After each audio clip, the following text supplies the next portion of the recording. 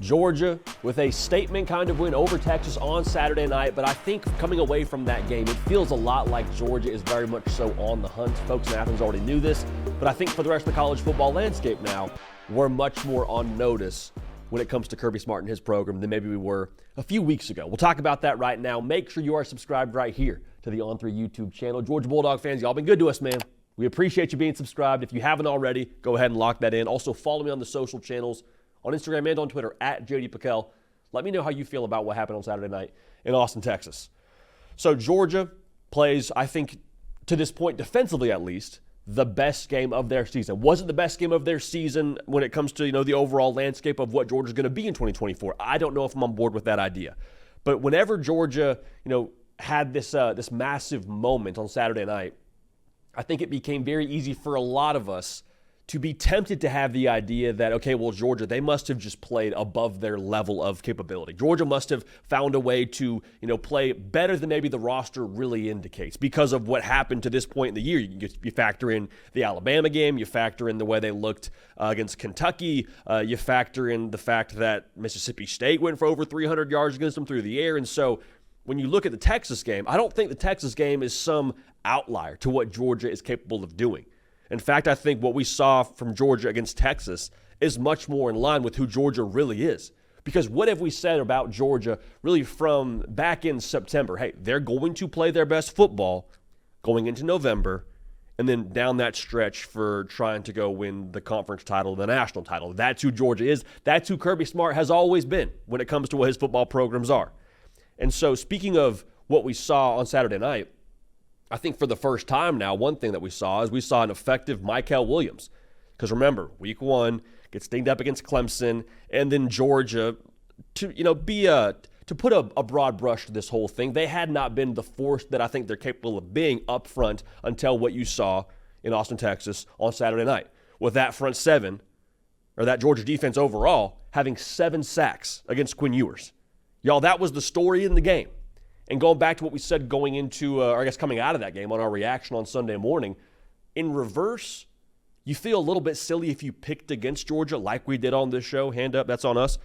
Because the formula was Kirby Smart, back against the wall, great staff, elite personnel on defense, hadn't seen their best defensive effort just yet. And so obviously in a game where everyone picks against them, everyone's questioning them, everyone's questioning their physicality, everyone's talking about Texas and how physical they are up front and what they have and how they're the new sheriff in the SEC, of course they're going to show up and play with some pride and play with that bully mentality. Of course. And so I think what we saw against Texas, again, is much more in line with who I think Georgia is. There's nothing that's an outlier from what we saw against Texas. What we saw against Texas is, I believe, who the identity of what Georgia's going to be here going forward. Again, going back to the perfect formula, the perfect storm that this game was. We've seen this movie a couple of times, but in just different ways. Let's go back to last year. Georgia kind of struggles against Auburn, and we're like, oh man, what's up with Kirby Smart and that team? Are they going to be a team that can really make a run at this thing? And then the next weekend, they come out and throttle Kentucky, 51-13. Same thing last year. They'll play Missouri. Missouri, pretty good football team last year, won 10 ball games. Missouri gives them a little bit of a push. You say, okay, well, I guess Georgia, see what happens when they play a better, more talented football team. They kind of have some issues, right? They play Ole Miss in Athens, 52-17, belt to behind.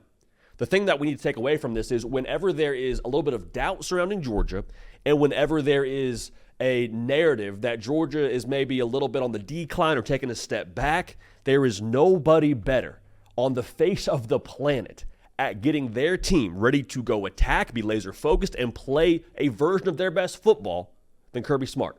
And we keep on seeing that. And again, we feel foolish for not picking Georgia to win this football game here on Monday morning because of what this whole plot was leading into the game. So the takeaway for me here is Kirby Smart is still Thanos. When he wants to snap, things get crazy. That's when his team goes nuts. And I'll say this too. We kept saying okay, now the Georgia played their best game defensively. Georgia did not play their best game as a football team. The scary thing is I think Georgia's best football game is very much so still out there. Because you won this ball game by 2 scores. Defense did what they did. Y'all, Carson Beck had, I think, one of, you could argue, the worst game of his career. Less than 60% completion percentage, 3 interceptions, threw for less than 200 yards. Like Carson Beck, the guy who we said going into the game has to have an A-plus kind of game for Georgia to win, was timely. That's for sure. He definitely made enough plays for them to win, so I'm not trying to dunk on Carson Beck, but like imagine if you get a B-plus performance from Carson Beck in that spot. I mean, Georgia routs Texas and Austin. It gets to maybe 3 scores. I don't know what it looks ugly, I'll say that much. So when we talk about Georgia here going forward now, with their best football game still being out there, that's terrifying. That's absolutely terrifying for the rest of college football. And again, go back to the Kentucky game. Go back to the Bama loss. The Mississippi State game. Georgia continuing now to trend upward, get a little bit of doubt on the resume, a little bit of doubt on their name, and then everyone just kind of flips their opinion after you go and do what you do to the number 1 team in college football at their place. So let's kind of contextualize what this Texas win is now for Georgia.